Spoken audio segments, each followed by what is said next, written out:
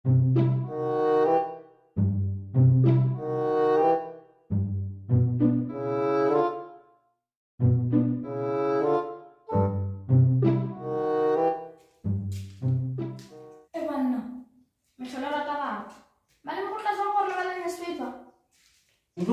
ke rile ke feta kwa lebenkeleng ka bona dikuranta tse di bangwa di le gore tokoloshi e imisitse motho ba ka nagana gore dikuranta tse re tla di reka ka lebelo Mosisi o le rekile malo.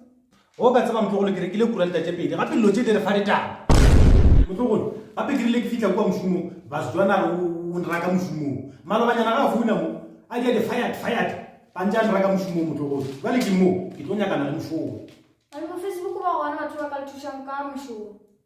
motlogolo pleke o e kwagalele gole man o bedele jesu e le baneng pleke ba re ke Facebook ke kae gona ko motlogolo Malo. Ai, a tlo tsa Facebook tse. A fa CV yana na le yana. o ra calculated vitamin motlogolo Calculated vitamin ke eng jalo? e le ko go botse motlogolo gape CV e emetse calculated vitamin Ai, malo. E ba lang ka khwetsa mmereko.